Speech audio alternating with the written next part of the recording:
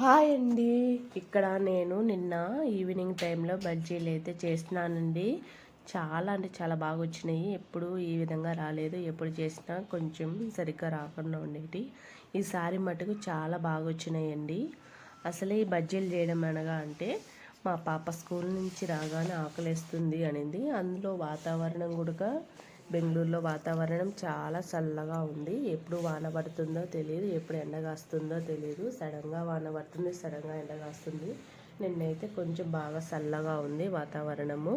కొంచెం వర్షం కూడా పడుతుందండి. అందుకనేసి బజ్జీలు అయితే బాగుంటాయి వేడి వేడిగా. అందులో బజ్జీలు అంటే మాకు అందరికీ ఇష్టమేనండి. అందుకు మార్కెట్కి వెళ్ళి మిరపకాయలు తీసుకొచ్చి బజ్జీలు అయితే చేసుకున్నామండి. మిరపకాయ బజ్జీలు ఉంటాయి కదా, అవి తీసుకొచ్చి మిరపకాయ బజ్జీలు చేసుకున్నామండి. శనగపిండి ఇట్లా ఒక కప్పుతోటి 3 కప్పులు తీసుకొని ఒక హాఫ్ రైస్ పౌడర్ తీసుకోవాలండి. ఇట్లా రైస్ పౌడర్ తీసుకున్నాక ఇప్పుడు దీంట్లో మనము కొంచెం సాల్ట్, అంటే టేస్ట్ తగినంతగా 1 స్పూన్ సాల్ట్ వేసుకోవాలి. అలాగే కొద్దిగా కారం పొడి, అంటే కారం పొడి ఇష్టం అండి. నేనైతే కొద్దిగా అంటే ఒక హాఫ్ వేసుకోవాలి. అసలే మన మిరపకాయ బజ్జీలో కొంచెం కారంగా ఉంటాయి కదా, అవే కొంచెం కారం ఉంటాయి. నేనైతే కొద్దిగా వేసుకున్నాను. మీరు వేసుకోవచ్చు, వేసుకోపోవచ్చు. వేసుకోకపోయినా ఏమి కాదు. ఇప్పుడు కొద్దిగా వాము వేసుకోవాలి. వాము చేతితో బాగా నలిపి వేసుకోవాలండి. ఇట్లా ఈ విధంగా అయితే చేసుకోవాలండి. చేతితో నలుపుకొని వాము ఈ విధంగా అయితే వేసుకోవాలి. అలాగే 1 స్పూను ఆయిల్ అయితే వేసుకోవాలండి. ఆయిల్ వేసుకొని ఇప్పుడు బాగా పిండి అంతా అన్నిటికీ బాగా కలిసేలాగా కలుపుకోవాలి. బాగా ఇప్పుడు కొద్దిగా మనము వాటర్ పోసుకొని కలుపుకోవాలండి. మరి ఎక్కువగా వాటర్ పోయకూడదు ఒకేసారి. పిండి ఉంట లేకుండా బాగా కలుపుకోవాలి.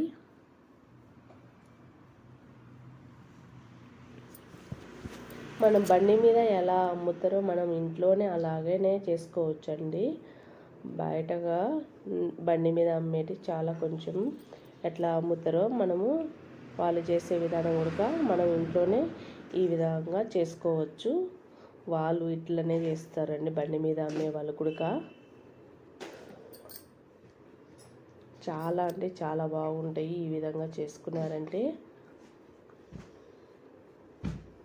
మేము ఎక్కువగా ఇవే చేసుకుంటామండి. ఒకవేళ ఇంట్లో చేసుకోలేనప్పుడు బయటకు వెళ్ళైనా ఇవే తెచ్చుకొని ఇవే తింటాము. చాలా బాగుంటాయి ఇవైతే బజ్జీలు.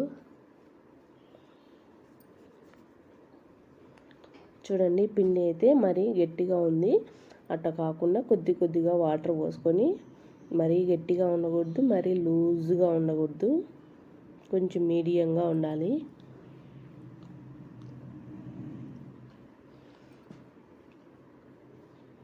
కొద్దిగా వంట సోడా వేసుకోండి. వంట సోడా వేసుకున్నాక కొద్దిగా వాటర్ పోసుకొని పిండి బాగా కలుపుకోవాలండి.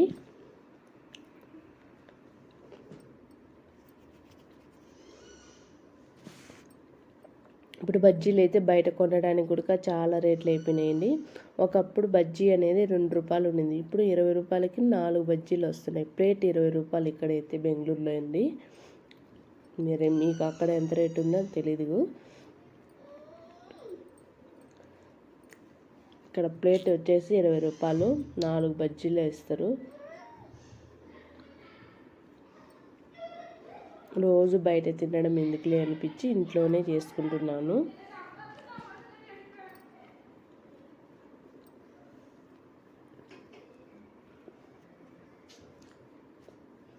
చూడండి, పిండి అయితే ఇట్లా ఈ విధంగా అయితే ఉండాలి.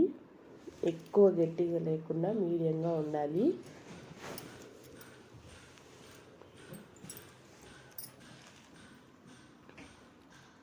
పిండి ఈ విధంగా ఉంటే మనకు బజ్జీలు కూడా ఆయిల్లో వేసేటప్పుడు బాగా వస్తాయి.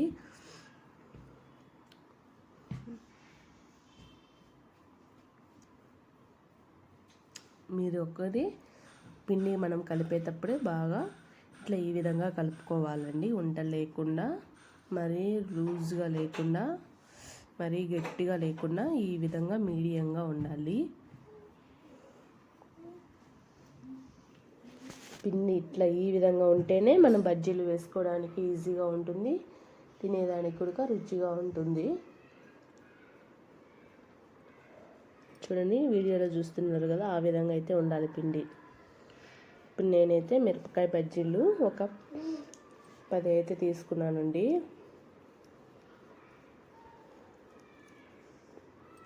ఈ 10 తీసుకొని బాగా శుభ్రంగా వాష్ చేసుకొని కట్ చేసుకోవాలి పొడుగ్గా కాస్త.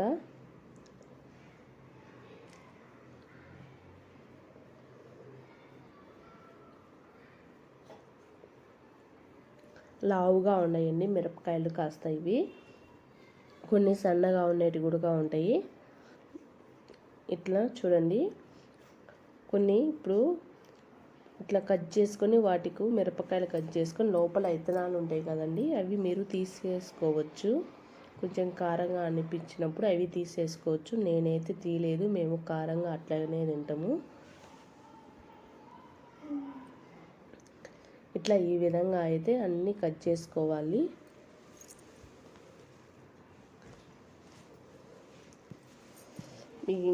అట్లా కట్ చేసుకోవాలి అన్నీ.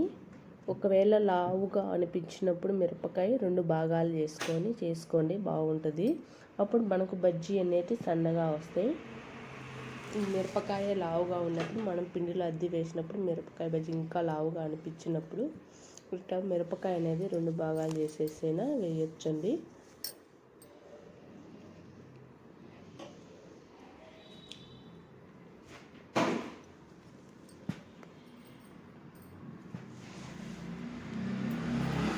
ఇట్లా ఈ విధంగా అయితే బజ్జీలు వేసుకోవాలండి. ఇప్పుడు ఆయిల్ అనేది కాస్త కడాయిలో వేడెక్కిన తర్వాత మనము బజ్జీలు వేసుకోవాలి. ఇట్లా ఇంకొకటి అయితే బజ్జీలు వేసుకోవాలి. మీరు ఆయిల్ ఎన్ని బట్టి అన్ని వేసుకోవాలండి. నేనైతే ఫస్ట్ ఒకటి వేసినాను, సరిగా రాలేదు. ఫస్ట్ అయితే ఒకటి.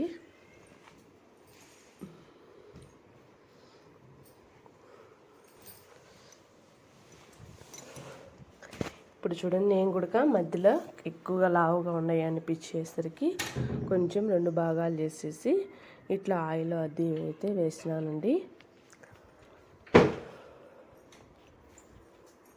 చాలా బాగా ఇట్లా అద్ది వేసుకుంటే చాలా బాగా వచ్చినాయి.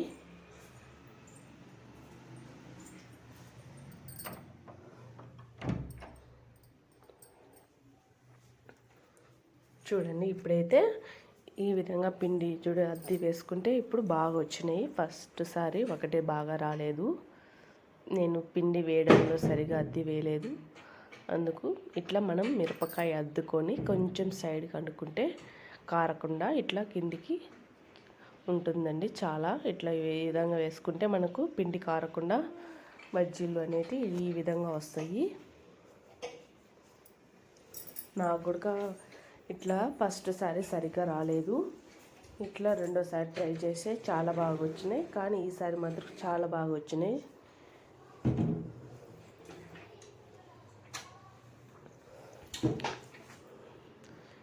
ఈ విధంగా చేసుకుంటే చాలా బాగా వస్తాయి బజ్జీలు. ముఖ్యంగా మనము పిండి కలుపుకునే విధానంలో ఉంటుందండి బజ్జీలు రావడం అనేది. మరి లూజ్గా ఉంటే పిండి అంతా నూనెలోనే కారిపోతుంది, సరిగ్గా రాదు. పిండి అనేది ఎక్కువ కొంచెం గట్టిగా ఉండాలి, మరీ అంత గట్టిగా ఉండకూడదు, మీడియంగా ఉండాలి. చూడండి, ఈ విధంగా కలర్ అయితే రావాలి.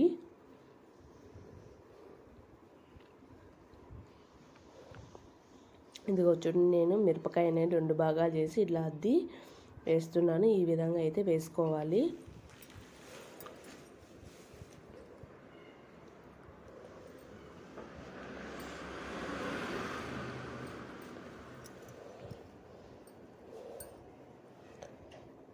మనము మంట కొంచెం తగ్గించుకొని వేసుకోవాలండి. ఒకేసారి మంట ఎక్కువ పెడితే మాడిపోతాయి. కొంచెం మీడియంలో పెట్టేసుకొని మంట అనేది ఇట్లా ఈ విధంగా అయితే బజ్జీలు కాల్చుకోవాలి. ఒక పక్క కాలిన తర్వాత ఒక్క పక్కకి తిరదిప్పుకొని కాల్చుకోవాలి.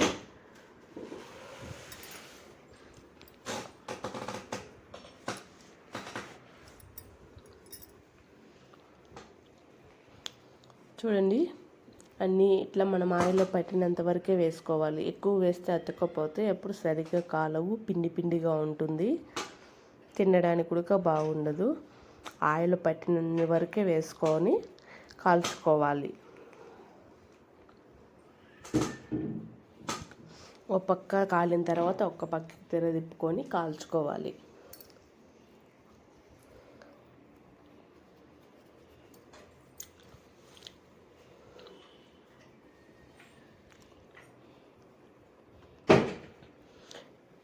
ఎక్కువ మేమైతే ఇవే చేసుకొని తిన్నాం. ఎక్కడ ఊరికి వెళ్ళినా, మా అమ్మ వాళ్ళ ఊరికి వెళ్ళినా, అత్త వాళ్ళ ఊరికి వెళ్ళినా ఇవే చేసుకొని, ఎక్కువ చేసుకోవడం అంటే ఎక్కువ ఇంట్లోనే చేసుకుంటాం, బయట తక్కువ. ఎప్పుడు చేసుకోలేనప్పుడైతే బయట తెచ్చుకుంటాం ఇవే. ఎందుకో ఇవే చాలా బాగా ఇష్టం మాకు అయితే అందరికీ.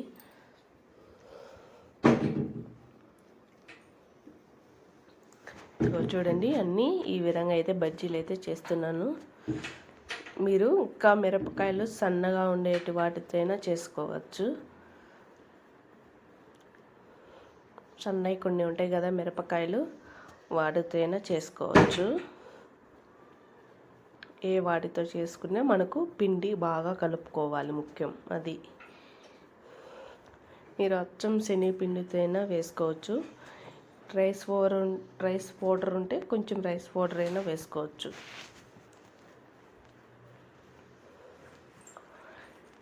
చాలా బాగుంటాయి ఇవి. మార్నింగ్ మనం బ్రేక్ఫాస్ట్లోకి ఉగ్గాని చేసుకున్నప్పుడు ఇవి కూడా చేసుకొని తింటే చాలా రుచిగా ఉంటాయి కదా.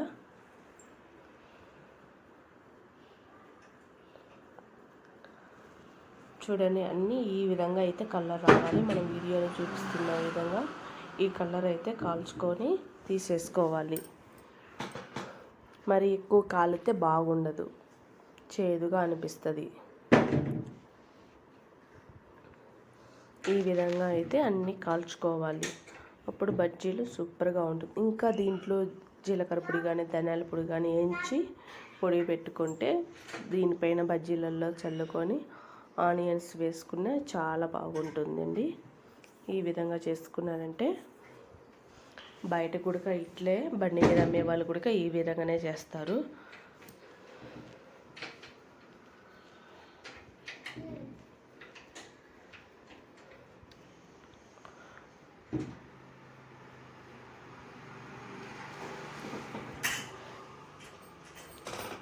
ఇట్లా ఈ విధంగా అయితే అన్నీ వేసుకోవాలి.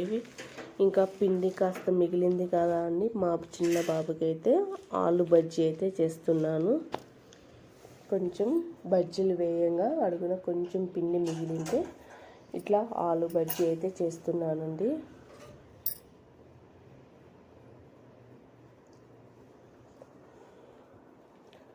ఆలు బజ్జీ గుడక ఇట్లే ఈ విధంగానే ఉంటుంది కదా.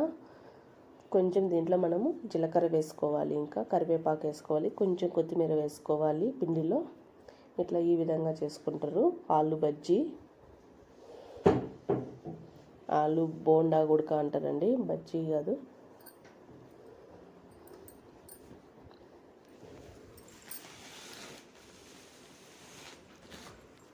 ఆలు బజ్జీ, ఆలు బోండా రెండు ఇట్లా ఈ విధంగా చేసుకుంటారు. ఇంకా ఆలు ఉడకబెట్టి కాస్త పిండిలో కూడా అద్ది వేస్తారు, అది కూడా బాగుంటుంది.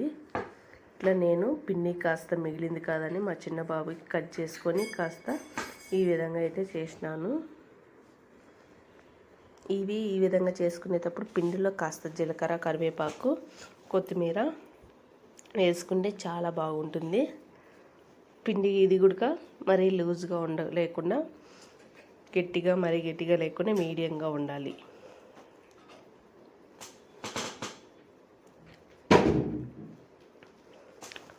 ఆలు బోండా ఈ విధంగా అయితే రౌండ్గా సన్నగా కట్ చేసుకోవాలి. ఇవి ఒక పక్క కాలిన తర్వాత ఇంకో పక్కకి తిరదిప్పుకోవాలి.